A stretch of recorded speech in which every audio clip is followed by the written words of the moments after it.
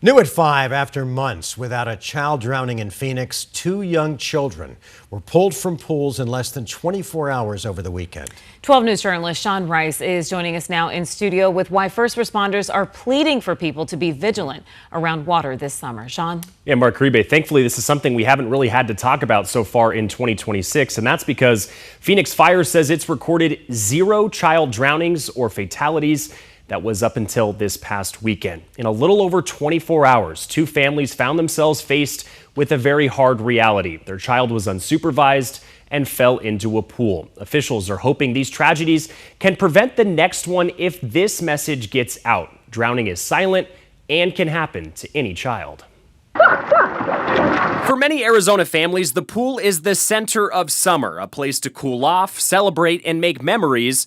But Phoenix Fire says it can become dangerous in an instant. Children can't make that disconnect of how dangerous it really is as many times as we tell them. It's just too inviting for them at this time of year. Friday afternoon, a 4-year-old boy was found unresponsive inside an apartment complex pool near 10th Avenue and Coulter Street. 24 hours later, a 1-year-old girl was pulled from a backyard pool near 56th Street and Bell Road. She later died at the hospital. A leading cause of traumatic injury for children, for pediatric children in the state of Arizona, is drowning. We know it, the statistics are there. And we're just trying to look at new, different ways to make sure that message somehow resonates. Phoenix Fire Captain Rob McDade says these drownings can happen even with adults present by a pool or body of water where a child is playing nearby. We have drownings where there are adults poolside and somebody thinks it's somebody else's responsibility to look at the children and watch where they are. A hands-on approach is extremely critical during the summer season. Experts encourage parents not to just rely on one sense. The sense of sound doesn't work. It's touch. You have to have touch supervision in a pool situation. And so understanding really who is doing that touch supervision. Phoenix Aquatic Supervisor Becky Kirk says supervision is just one layer of protection. She encourages families to add barriers around pools, learn CPR, and enroll their children in swim lessons as early as 6 months old. It is a life skill, right? Learning to swim should be just like learning to walk.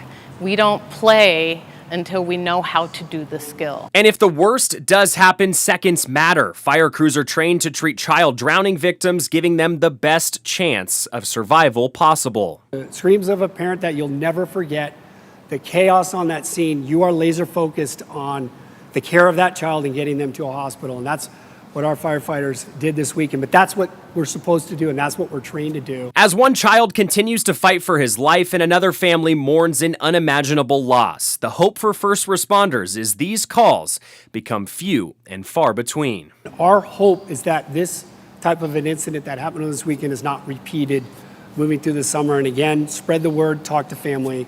We need to work as a community to really try to emphasize this messaging.